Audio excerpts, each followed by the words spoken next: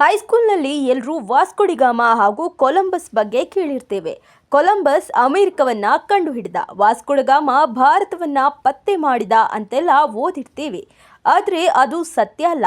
Columbus ಹಾಗೂ Vasco da Gama ಬಗೆಗಿನ ಹೊಸ ಸತ್ಯವೊಂದು ಇದೀಗ ಬಯಲಾಗಿದೆ. ಅದೇನು ಅಂತ ಹೇಳ್ತೀವಿ, ವಿಡಿಯೋನ ನೋಡಿ. ವಾಸ್ಕೋಡಿಗಾಮ ಪೋರ್ಚುಗಲ್ ದೇಶದ ಒಬ್ಬ ನಾವಿಕ.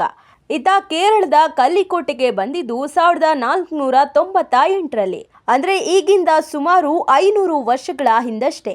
ಆದ್ರೆ ಅದಕ್ಕೂ ಮೊದಲು ಕೂಡ ಭಾರತ ಇತ್ತು. ಭಾರತಕ್ಕೆ ಬರೋ ಹೊಸ ಜಲಮಾರ್ಗವನ್ನಷ್ಟೇ ಆತ ಕಂಡು ಹಿಡಿದಿದ್ದ. ದಕ್ಷಿಣ ಆಫ್ರಿಕಾ ಬಳಸಿ ಭಾರತಕ್ಕೆ ಸಾಗರದ ಮಾರ್ಗದಲ್ಲಿ ವಾಸ್ಕೋಡಿಗಾಮ ಬಂದಿದ್ದ.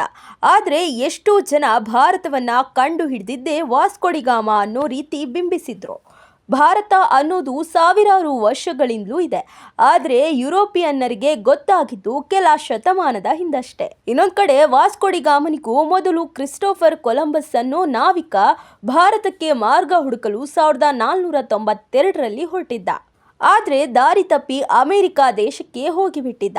ಯುರೋಪಿನ ದೇಶಗಳಿಗೆ ಅಮೆರಿಕ ಅನ್ನೋ ಖಂಡ ಇದೆ ಅಂತ ಗೊತ್ತಾಗಿದ್ದು ಆಗ್ಲೇ.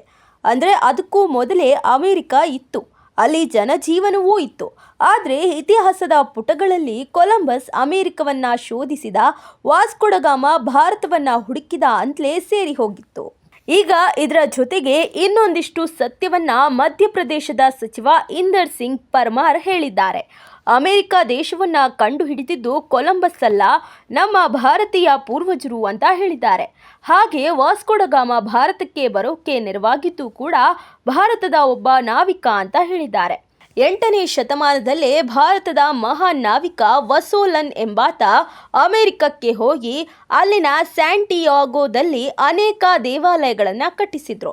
ಈ ಬಗ್ಗೆ ಅಲ್ಲಿ ದಾಖಲೆಗಳಿವೆ ಅಂತ ಇಂದರ್ ಸಿಂಗ್ ಹೇಳಿದ್ದಾರೆ.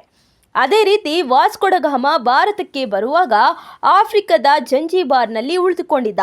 ಈ ವೇಳೆ ಭಾರತದ ಗುಜರಾತಿನ ವ್ಯಾಪಾರಿ ಚಂದನ್ ಎಂಬಾತನ ಪರಿಚಯ ಆಗಿತ್ತಂತೆ.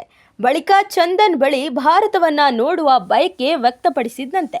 ಆಗ ವ್ಯಾಪಾರಿ ಚಂದನ್ ತನ್ನ ಹಡಗನ್ನ ಹಿಂಬಾಲಿಸಿ ಬರುವಂತೆ ಸೂಚಿಸಿದ್ನಂತೆ.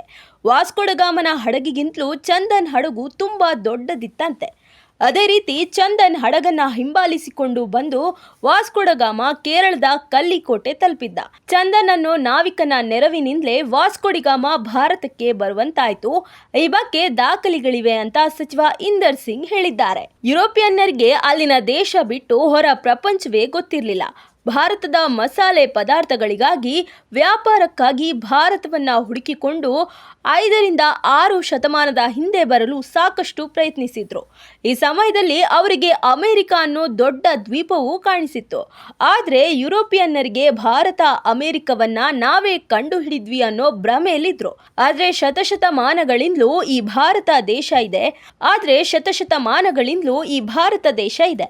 ಆದರೆ ಬ್ರಿಟಿಷರು ಬಿಟ್ಟು ಹೋದ ಶಿಕ್ಷಣ ವ್ಯವಸ್ಥೆ ಹಾಗೂ ಪಠ್ಯ ಪುಸ್ತಕಗಳಲ್ಲಿ ಮಾತ್ರ ವಾಸ್ಕೋಡಗಾಮ ಕ್ರಿಸ್ಟೋಫರ್ ಕೊಲಂಬಸ್ ಹೀರೋ ಆಗಿದ್ದಾರಷ್ಟೇ.